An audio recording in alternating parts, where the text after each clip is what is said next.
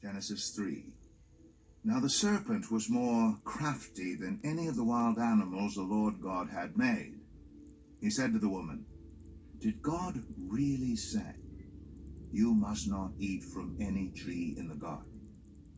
The woman said to the serpent, "We may eat fruit from the trees in the garden, but God did say, 'You must not eat fruit from the tree that is in the middle of the garden, and you must not touch it, or you will die.' You will not certainly die." The serpent said to the woman, "For God knows that when you eat from it, your eyes will be opened, and you will be like God, knowing good and evil." When the woman saw that the fruit of the tree was good for food, and pleasing to the eye, and also desirable for gaining wisdom, she took some and ate it. She also gave some to her husband who was with her, and he ate it. Then the eyes of both of them were opened, and they realized they were naked. So they sewed fig leaves together and made coverings for themselves. Then the man and his wife heard the sound of the Lord God as he was walking in the garden in the cool of the day, and they hid from the Lord God among the trees of the garden. But the Lord God called to the man, "Where are you?" He answered, "I heard you in the garden, and I was afraid because I was naked, so I hid." And he said, "Who told you that you were naked? Have you eaten from the tree that I commanded you not to eat from?"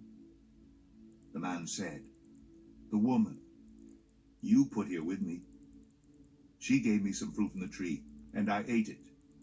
Then the Lord God said to the woman, "What is this you have done?"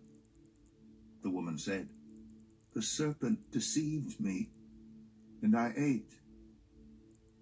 So the Lord God said to the serpent, "Because you have done this, cursed are you above all livestock and all wild animals. You will crawl on your belly, and you will eat dust all the days of your life. And I will put enmity between you and the woman, and between your offspring and hers. He will crush your head, and you will strike his heel." To the woman he said, "I will make your pains in childbearing very severe. With painful labor you will give birth to children. Your desire will be for your husband, and he will rule over you."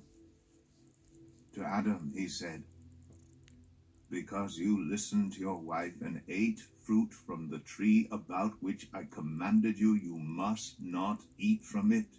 Cursed is the ground because of you. Through painful toil you will eat food from it all the days of your life.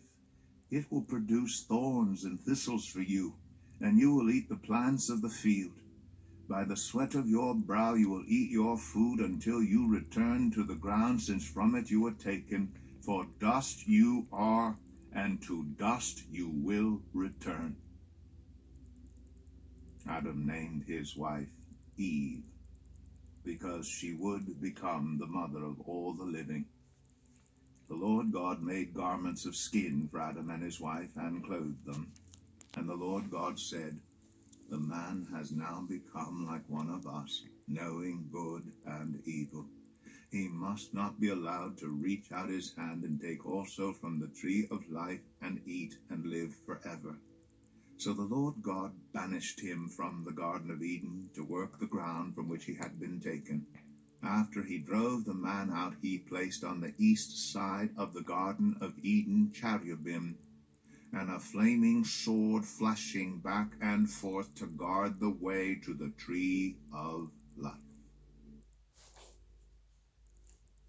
Genesis chapter 4.